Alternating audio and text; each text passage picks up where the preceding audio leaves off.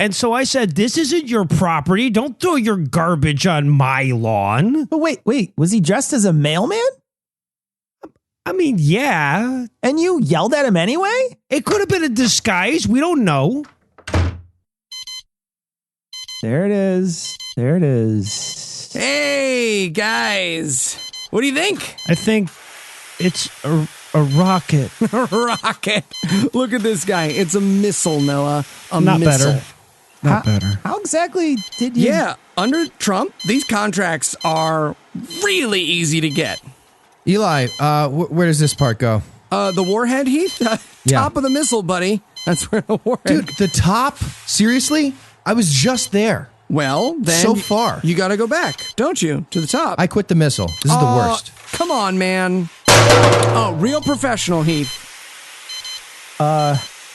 Really cool, but, you know, we're gonna go. Yeah. Just go. What? Yeah. Where are you guys going? I got a missile. Out of the blast radius? Ugh, if I had a nickel, right? Hey, Tom, little help here? I am a spaceman! Containment suit, Tom. We've been over this, buddy. It's not containing me too well. Let me tell you something. Woohoo! Yep, that's your penis.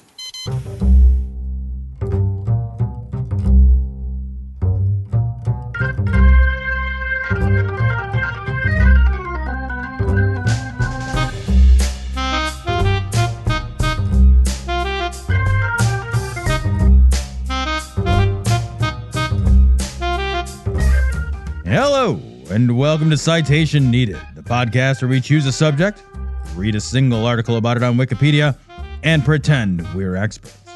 Because this is the internet. That's how it works now. I'm Tom, and I'll be prematurely blasting off, but I'm not working the cylinder alone. Joining me today are two men who always detonate ahead of schedule, but for very different reasons. Eli and Cecil. Only if sex isn't a race and I'm not undefeated, am I right? Tom, at my age, I'm just happy to detonate once in a while. That's all I'm saying, man. All right, and also joining us tonight, two gentlemen whose presence is also thought of as a retaliatory gesture, Heath and Noah. Honestly, I went to a party last weekend where I didn't know anyone, and a circle of people rejected me like a bad organ transplant. It was like an amoeba vomited me right out. All right, but the silver lining, Heath, is if stuff like that didn't happen, we'd have never invented cocaine. Okay, I keep telling you, Noah, you didn't invent it, you bought it. We all saw. I invented it. All right, and before we begin, we need to pause for that very special moment where we thank our patrons. Remember, our patrons are the reason you're listening to this. So if you like the show and you're not a patron, you can thank them with a thank you card and perhaps a nice bit of oral sex. And if you'd like to join the ranks of those deserving of oral sex, be sure to stick around till the end of the show. With that out of the way, tell us, Heath, what person, place, thing, concept, phenomenon, or event will we be talking about today? Today, we're going to be talking about the 1980 Damascus Titan missile explosion. All right, and Eli, you were kind enough to let Noah write an essay that you claim is your own. Are you ready to mispronounce most of the big words? Hurtful and unfair. I am not going to dignatify that with a repose, Tom.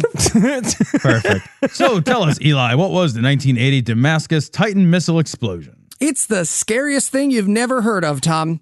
So, to truly understand how fucked up this story is, you need a little background. See, the star of this story is an LGM-25C Titan II intercontinental ballistic missile loaded with a 9-megaton W-53 nuclear warhead that was located under a farm 50 miles north of Little Rock, Arkansas. Okay, fancy words, Eli. Nice, impressive. But how big of an explosion are we talking here? Well, this bomb had 3 times more explosive power than every weapon used in World War II combined, including the 2 nuclear bombs we dropped on Japan.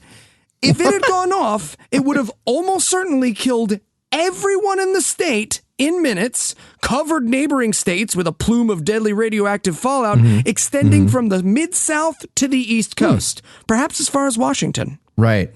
But the downside we'd have to fly over higher, like a bunch higher. And that's kind of a pain in the ass. So you got to weigh it. And I should also mention that the giant bomb was old and extremely volatile. Like Arkansas's voting base. Like my dad. Yeah, I feel like this could have helped with the electoral college problem we talked about last week, though. Yeah, I mean, like, how volatile are we talking here? Well, I'll tell you, Tom. See, today, our missiles use solid fuel, but the Titan II was designed in the 60s and used liquid fuel in the form of 2 tanks underneath the warhead. One filled with rocket fuel and the other with a substance known as oxidizer. Which means that underneath the nuclear warhead was actually the answer to where does the giant tank of rocket fuel go at one point. Yeah. So in an ideal world, when the missile was in the air, the 2 fuels would meet. But if anything else happened, the 2 liquids would meet and explode with the force of, well, rocket fuel intended to send a nuclear warhead anywhere in the world. Right. And this goes horribly wrong. So I'm assuming we just had like a line of buoys roping off the 2 tanks. Or what? You guys want to see an energetic explosion? Switch from a solid fuel to a liquid fuel diet. Let me tell you, man. So again, in summary, it wasn't just a bomb. It was a bomb on top of another much more volatile bomb. All right, guys, if we make Arkansas explosive enough to blow up the entire world, we don't really need the rocket part. Boo, nerd. All right, they seem worried, Noah. Or Eli.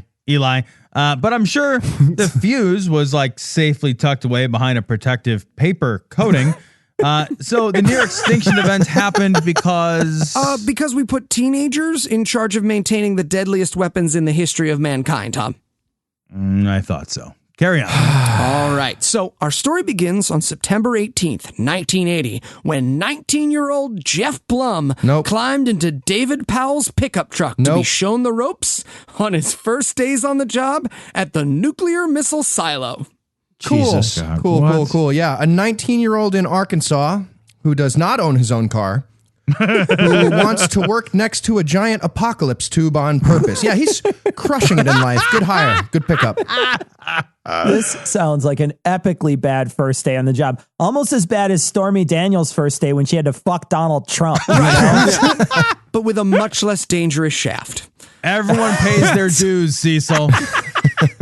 Now, for Jeff and David, getting to work was no joke. There were nearly a dozen gates, locks, passwords, and phones between the surface and the bomb, and dozens more rules about what to do and how to behave once you got below the Earth's surface to the actual bomb.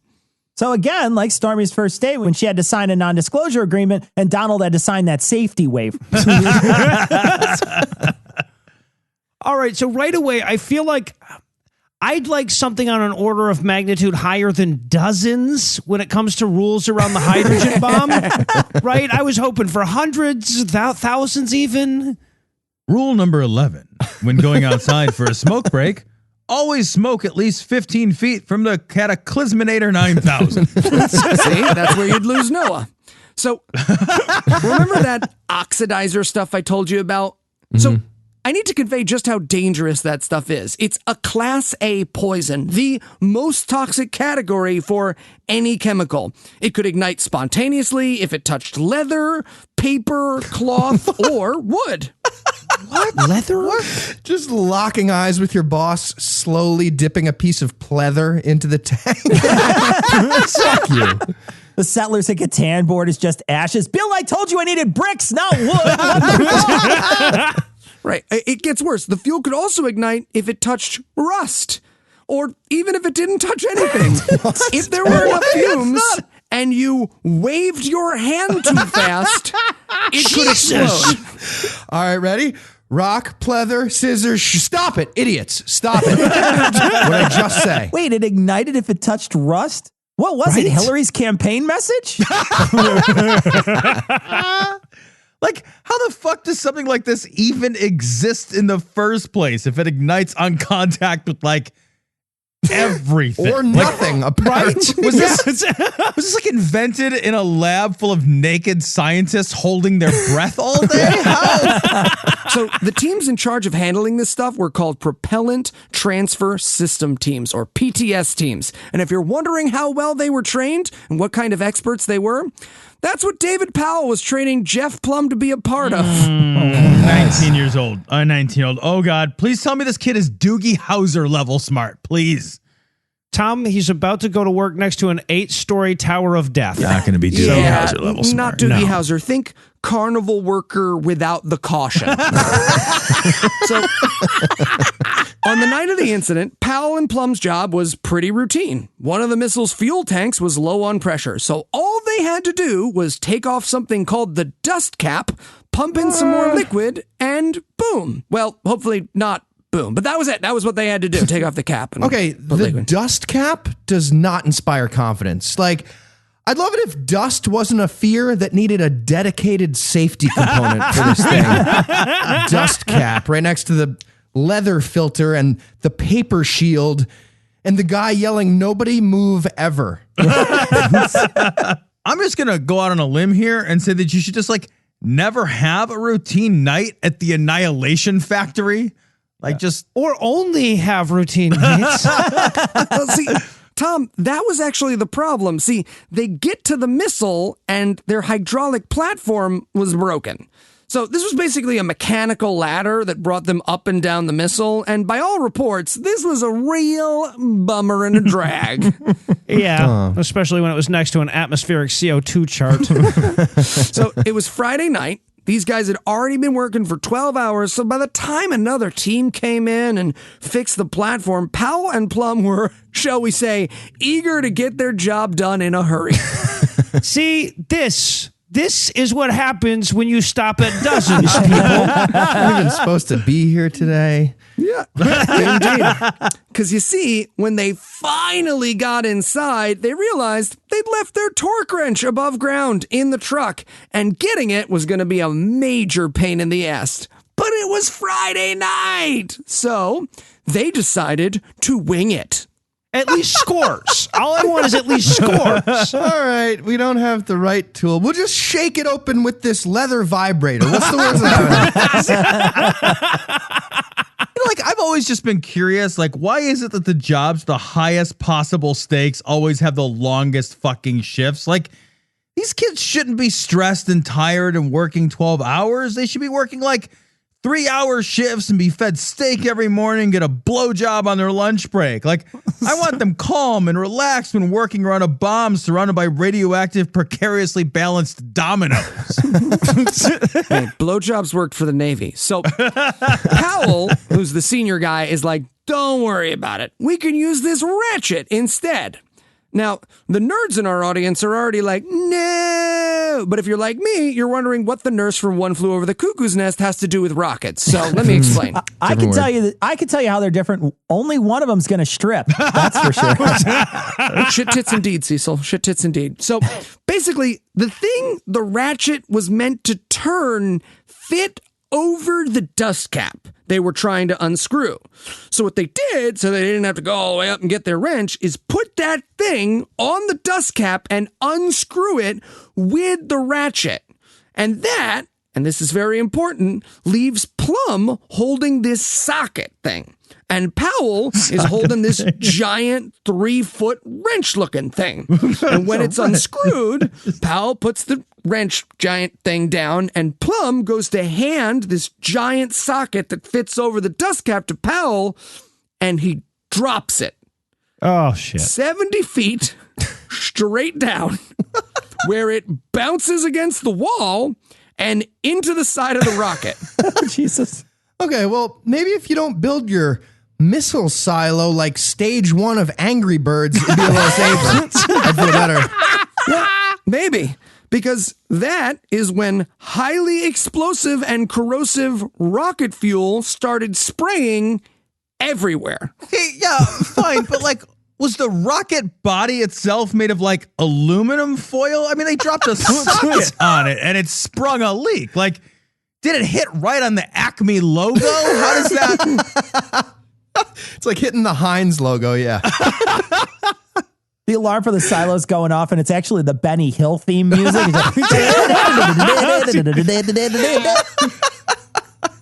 And at this point, honestly, though, somebody yelled, "Don't worry, guys, it's the least dangerous third of the bomb. It's just a highly corrosive, toxic, extremely flammable. But you can put leather right in that shit. It'll be fine." All right. Well, Arkansas didn't blow up. Or maybe it did. It's not sure. Either way, I'm on the edge of my seat. So while we find me a bigger seat, let's take a break for this little ditty we like to call Apropos of Nothing.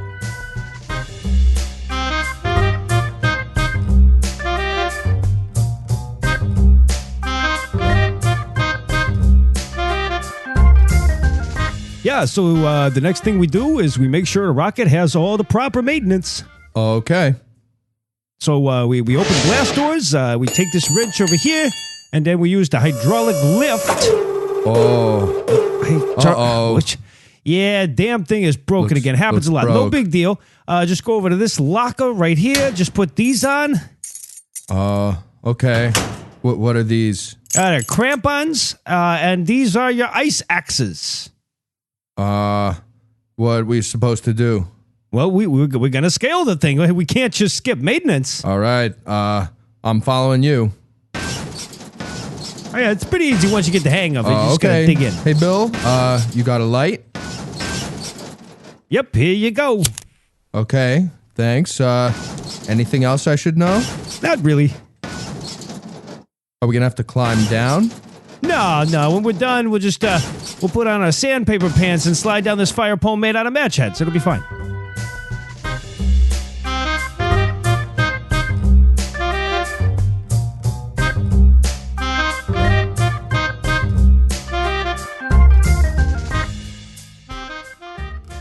All right, well, I think that actually pretty clearly summarizes the issue. So tell us, Eli, as we begin anew national conversations about revamping our nuclear weapons stockpiles, what did Gomer and Gomer do next? Well, what they did actually makes the story more terrifying. See, Plum and Powell sit there staring at what they did for a second, and then they radio command on the other side of the silo to say, "There's a cloud of vapor coming out of the missile." Dave Jeff broke broke your your missile. missile. Jeff broke it.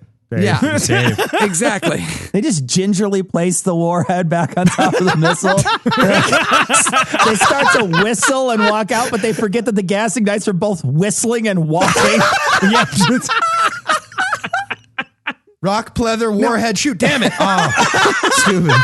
Now, I cannot emphasize this enough. Plum and Powell do not radio and tell everyone what happened. They radio command and say, "Yeah, something's weird," but not, "Hey guys, Jesus. we dropped a thing. That is what happened. my That is God, why it is no. weird."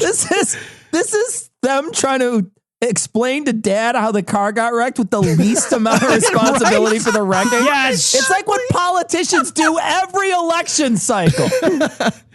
So this fucking black guy just came out of nowhere and he just slaps the socket out of my hand. This black communist homosexual. There's a whole caravan Out of of them. A nowhere. whole caravan. Right, so they're in the middle of doing exactly what Heath just said. They're easing into their explanation when, wouldn't you know it, every fucking sensor and alarm that the silo has start going off. So command, which again are located on the other side of the silo, are losing their goddamn minds trying to find out what happened. Plum and Powell go over to that side, and when they're asked about what's wrong, again, they play dumb. Oh, and I bet they nailed it.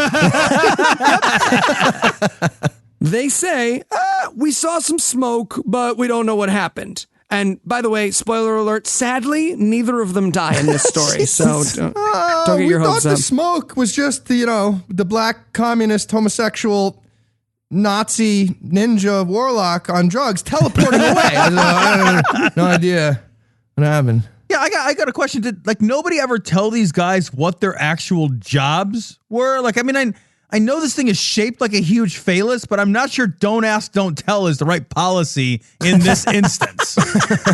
If only these guys had only fucked each other, Tom. But it's actually worse than you think. when you realize how important it was that they tell people what was happening. See, I was assuming that was important, Eli, just to be clear. See, the fuel tank of the Titan II was pressurized. So if all the fuel leaked out of the tank, and they knew it was in the process of doing just that, it wouldn't just be empty. The tank would collapse, and all the fuel and oxidizer would explode under a nuclear warhead. Jesus. So they weren't just not telling the truth. They were not telling the truth about what they knew was a time bomb next to a time bomb. And Plum and Powell are thinking, you know what? If the whole state explodes, there is zero evidence this is our fault, y'all. Okay. Zero. So 30 minutes later, let me say that again. 30 Oh my God. minutes later, an episode Jesus. of Everybody Loves Raymond with commercials later, Powell comes clean.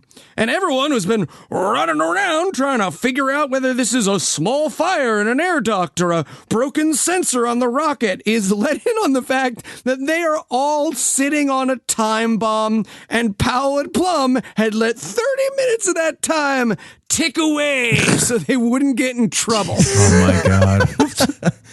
All right. Are you guys sure that's the whole story? Are you sure? Because I'm going to execute this black man we found in town right now. Yep, whole story, boss. You made a bad pick for a bluff, by the way. That's a stupid bluff. All right. So here's the problem. I was just wondering what the problem was. Because Powell and Plum had waited so long, hoping the Jews would take credit for the problem, by the time everybody knew what was going on, there was too much fuel in the area to patch the hole. If they sent a team down there to repair it in their suits, the suits would dissolve as soon as they opened the door. Oh my God. And here I thought the massive nuclear bomb was going to be the problem. God, I feel stupid now. Jeez. The Settler of Catan guy is in the back. I told you we needed brick suits. I told you that. Right. So Command radios the bosses in Little Rock, and now they have a decision to make. Should they tell everyone to evacuate, or should they stay in the command center? Hey, does it matter? Is the exit door a teleporter to Canada? No, right? No, but I see their dilemma, though, because, if nobody actually sees the bomb go off, how would you know later if you were looking at a post-apocalyptic nuclear wasteland or just Arkansas? Oh, see, that's a good point. So here's the thing. The command center was built to withstand a direct nuclear attack, and they were pretty sure the warhead wouldn't go off. So command center was technically the safest place for people to be. That said, stay in there with the bomb, trust me, doesn't have a great ring to it, so you can see why they were torn. That's a much better ring than stay outside with the bomb. Right? It launches out. All right, so you guys know jujitsu? You know jujitsu? You stay inside the bomb's guard, just inside its wheelhouse, and it won't be able to, wind up and hit you. You getting tight. Yeah, and Eli, I'm going to have to disagree. I think Fiji would have been the safest place to be in that moment. That's the... So finally, the higher up in Little Rock, Colonel John Moser says, okay, everybody, evacuate. The guy in charge of the command center, actually in the missile silo, Alan Childers, begs him not to make that decision, but he's not in charge, so everyone evacuates except for Childers. I bet Childers just cleaned out the fridge in the break room the second they were out. So like him. He earned it. So everyone goes out this escape hatch, which was essentially a ladder that led straight up from the back door of the silo. And just when everybody gets out, the Air Force calls to let them know they want a few people to go back in because now they believe Childers that it's safer in there for some reason. They only want some of the people to go in. Yeah, they want a couple people to check it out. Just the ones we like the most. Yeah, but they have to actually go in at fast speed because the whole time the Benny Hill music is echoing in the background. So they have to move it yakety sack speed, guys. It's actually dumber than go back down there. See, the Air Force doesn't want them to go in the door they all just went through, the wide open one that leads directly to the command center. They want them to break in the front door, the one with all the gates and the locks and the passcodes, and shit that Plum and Powell were too put out to do a second time. That's where they want them to go in. They're all just standing there outside of the place going through CAPTCHA. It's like, dude, the edge of the stop sign is in the corner square too. Don't hit it. Start over. We're going to have an email now. God damn it. Like, that's not even a door that should be break in a bowl, right? Like, you shouldn't. Like, is there like a key and a fake rock under the welcome mat? How? Significantly stupider than that, Tom. See, remember Childers, the guy who stayed inside and is raiding the fridge? He could have just let everyone in through the front door, but nobody tells him that they're doing this. So instead, the teams who are sent back inside are like cutting fences and hopping walls and digging tunnels underneath. Good thing they went through all that rigorous Air Force physical training. They're still panting their way out to the door, aren't they? They are, yes. Actually, yeah. Yeah, I mean, I feel like at that point you just wait for the missile to explode. Then you can just walk right through. No fences. The team they sent finally breaks through all the fences and the walls and stuff, and they get to the silo, right to the blast doors that hold everything in. And they check this meter that's on the very outside of the blast doors to see how much pressure has built up inside, to see whether it's safe to like go in and fix stuff. And that meter reads, everything is about to explode. And 30 seconds after they read that meter, everything explodes. Jesus. If you're reading this, get your dicks out. Go ahead and get your dicks out. Done. Okay. Done. Everybody's in. There we go. Now, keep in mind that if this warhead had gone off, Command and Little Rock were seconds away from dying. So here's Colonel John Moser's quote on what happened when the explosion finally went off. Quote, all you've ever read is when you have a nuclear explosion, you lose communications for some time. And we lost communications. And I just had no idea if the blast wave was going to eventually hit Little Rock Air Force Base. I had no idea. I had no idea what was going to happen. I'd like the guy in charge of the nuclear missile to have some idea. He continues, but I thought we lost the whole works out there. Everybody. And you know, I'm not really a religious guy, but I had to. I almost dropped on my knees to say a quick prayer. And that would have been just as effective as the repair team of Plum and Powell. I love that he almost said a prayer, but not all the way. So he was just like, fuck, all right, our Father who art in giant rock, run away. Thoughts now, prayers later. I gotta say, like, I'm with Noah. Like, shouldn't the Air Force know exactly what makes their big bombs go boom? I mean, not like, I don't want them to be pretty sure. I don't want them to have a high degree of confidence, but like, they should fucking know this. This seems important. So everything explodes, but it's not a nuclear explosion. But it is an explosion that blows chunks of cement and concrete the size of cars and buses all around the surrounding area where, you know, everyone who worked there was standing because the Air Force told them to. So they all just start running away. Here's another quote from that incident. Quote, all of a sudden, rocks started falling. It was like rain falling. And then it was all this gravel from the complex. And directionally, I guess. and metal started falling out of the sky, and everybody started to run. It had to be super hard to run with your pants so full, you know? It's like a herd of toddlers waddling away, you know? But why? I mean, I love that these people are all collectively going, you know what? We can outrun the sky. Chicken Little looks up. Finally, it's my time. He continues, the chunks of concrete that were landing everywhere were as big as coffee tables. The real big ones were as big as pickup trucks and school buses and stuff like that. Those were everywhere. You could hear them hitting the ground around me. Man, it was like boom, boom, boom. It was like that. Man, this guy has a real gift for analogy, doesn't he? Man, this story just makes me realize, like, Keanu Reeves has been through a lot. He concludes, I got up immediately. I took off running. I got 5 steps away, and a chunk of concrete hit the ground behind me as big as bigger than a school bus. The trees were on fire. The grass was on fire. The only light we had was fires. Okay, I mean, so plenty of light. That's a weird time. And you could see the shadows of just about everything because there was so much fire around there. It was like being in this forest fire without a forest being around you.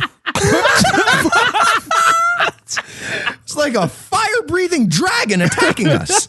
Except, well, without the dragon. You know what I mean? So fire. It was fire. It was fire. You guys know fire? You know the word fire?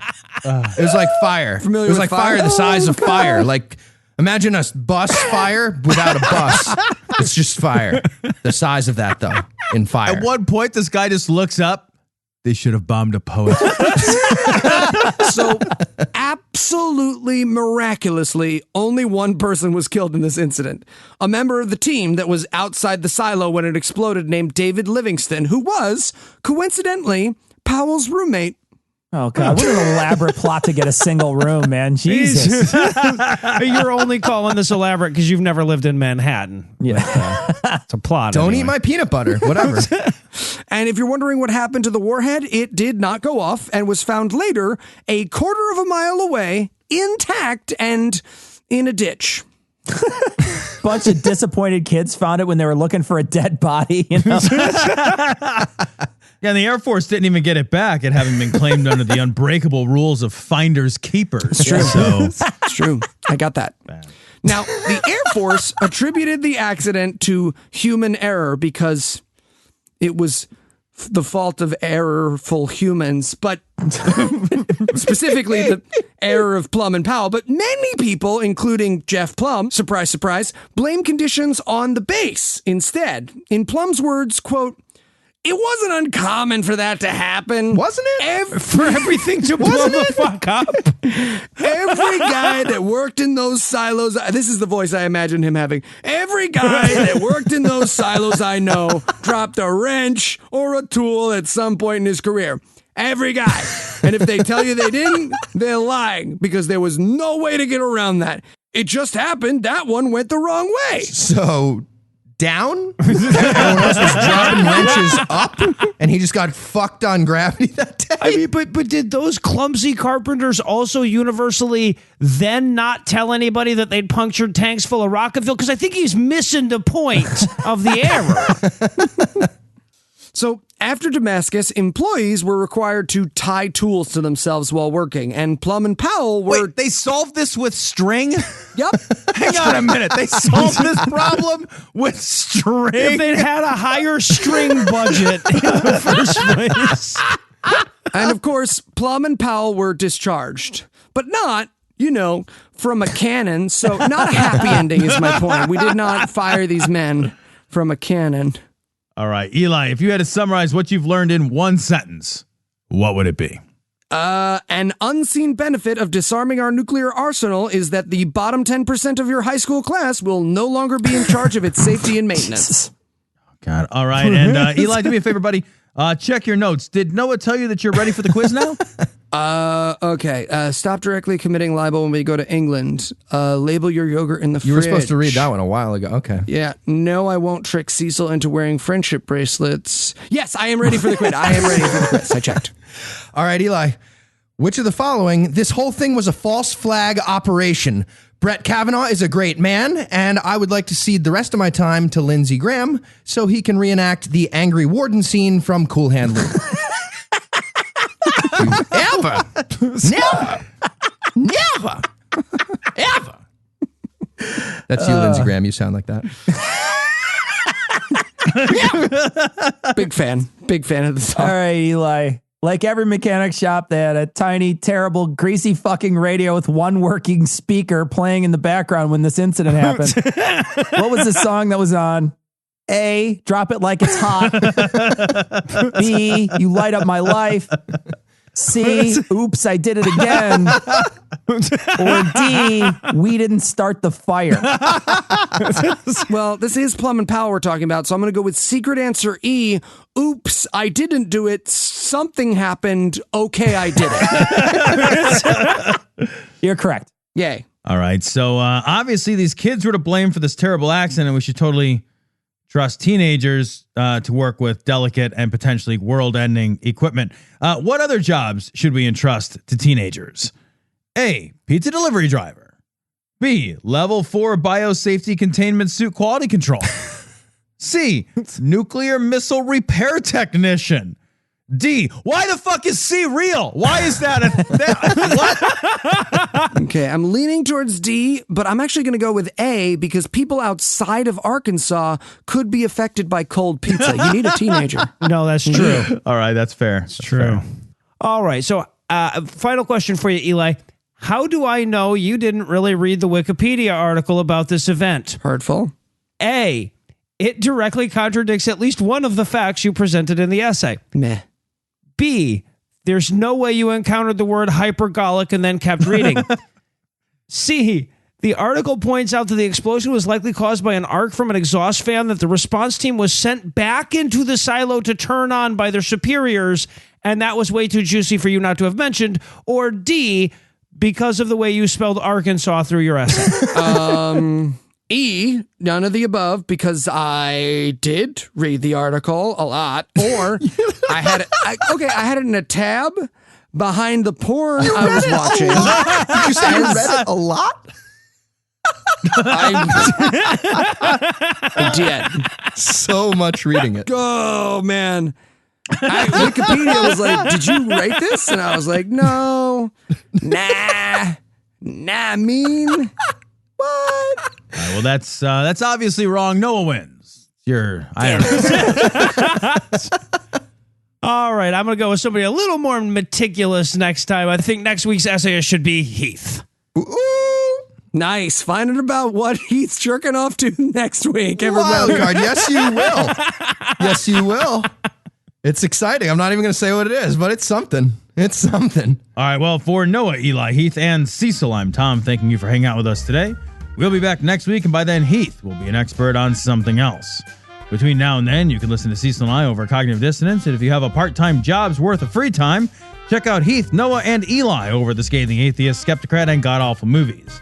And if you'd like to help keep this show going, you can make a per-episode donation at patreon.com/citationpod, or leave us a 5-star review everywhere you can.